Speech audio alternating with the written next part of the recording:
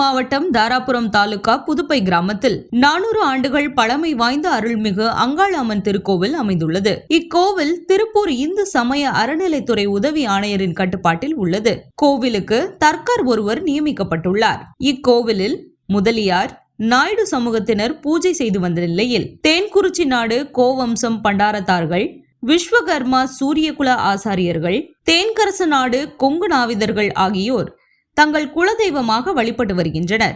ஆனால் சில பூசாரிகள் குலத்தவர்களிடம் திருப்பணிகள் செய்கின்றோம் என்று சொல்லி பல லட்சக்கணக்கான ரூபாய்களை வசூல் செய்ததாக குற்றச்சாட்டுகள் எழுந்துள்ளன.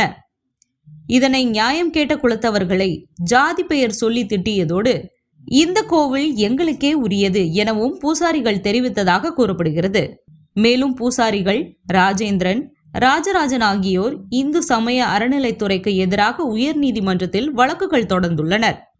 இதனால் திருவிழா காலங்களில் தேவையற்ற பதற்றம் ஏற்பட்டு குலத்தவர்களுக்கு எதிராக பொய் புகார்கள் அளிக்கப்பட்டு வருவதாகவும் வழிபாடு செய்ய வரும் பக்தர்களுக்கு மன உளைச்சல் ஏற்பட்டு வருவதாகவும் குற்றம் சாட்டப்படுகிறது.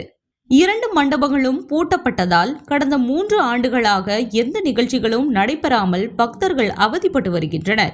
பூசாரிகள் தங்களுக்குள் அடிதடி சண்டையிட்டு வழிபாடு முறையாக நடைபெறாமல் வெள்ளக்கோவில் காவல் நிலையத்தில் 2 வழக்குகள் பதிவு செய்யப்பட்டுள்ளன.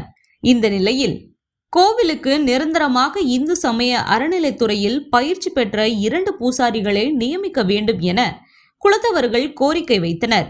இதற்காக கோவிலில் செயல் அலுவலர் மாலதி, காவல் ஆய்வாளர் ஞானப்பிரகாசம் தலைமையில் பூசாரிகளுடன் பேச்சுவார்த்தை நடைபெற்றது. அப்போது செயல் அலுவலர் மாலதி ஒரு தரப்பினருக்கே ஆதரவாக பேசியதாகவும் மற்றொரு தரப்பின் நியாயங்களை ஏற்க மறுத்ததாகவும் குற்றச்சாட்டுகள் எழுந்துள்ளன. மேலும் இன்று பொன் தண்டபாணி பூஜை செய்ய வேண்டும் என்ற நிலையில் செயல் அலுவலர் மாலதி பூஜை செய்யக்கூடாது என எச்சரித்ததாக கூறப்படுகிறது. இதனால் அங்கு இருந்த பூசாரிகள் கடும் எதிர்ப்பு தெரிவித்தனர். நீதிமன்றத்தில் வழக்குகள் இருந்தாலும் குற்றம் நிரூபிக்கப்படும் வரை முறையுள்ள பூசாரியே பூஜை செய்ய வேண்டும் என வாதிட்டனர். பின்னர் பொன் தண்டபாணியே பூஜை செய்தார். இந்த நேரத்தில் செயல் அலுவலர் மாலதி கோவிலின் கதவை திறந்து வைத்துவிட்டு சாவியை பூசாரிகளிடம் ஒப்படைக்காமல் பூசாரிகளின் ஜாதி பெயரை சொல்லி திட்டி அவமானப்படுத்தினார். பின்னர் திடீரென எழுந்து தனது உதவியாளருடன் 2 சக்கர வாகனத்தில் அங்கிருந்து தப்பி ஓடினார். இதனால் அப்பகுதியில் பெரும் பரபரப்பு ஏற்பட்டது. பேச்சுவார்த்தையில் பொன்னுசாமி, சரவணன், சதீஷ், சசி, பொன் தண்டபாணி உள்ளிட்டோர் கலந்து கொண்டனர். செயல் அலுவலரின் செயலால் பூசாரிகள் கடும் மன உளைச்சலுக்கு ஆளாகியுள்ளதாக கூறப்படுகிறது.